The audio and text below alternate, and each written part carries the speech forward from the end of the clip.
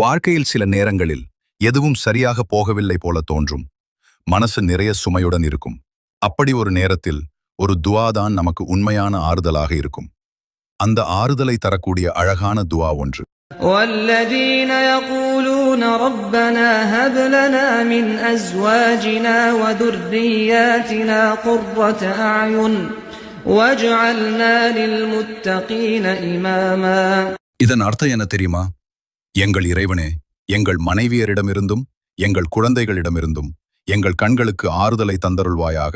மேலும் நல்லவர்கள் பின்பற்றும் முன்மாதிரியாக எங்களை ஆக்குவாயாக. இந்த துஆ நம்ம வாழ்க்கையில் அமைதியையும் குடும்பத்தில் சந்தோஷத்தையும் மனசுக்கு நிம்மதியையும் தரக்கூடியது.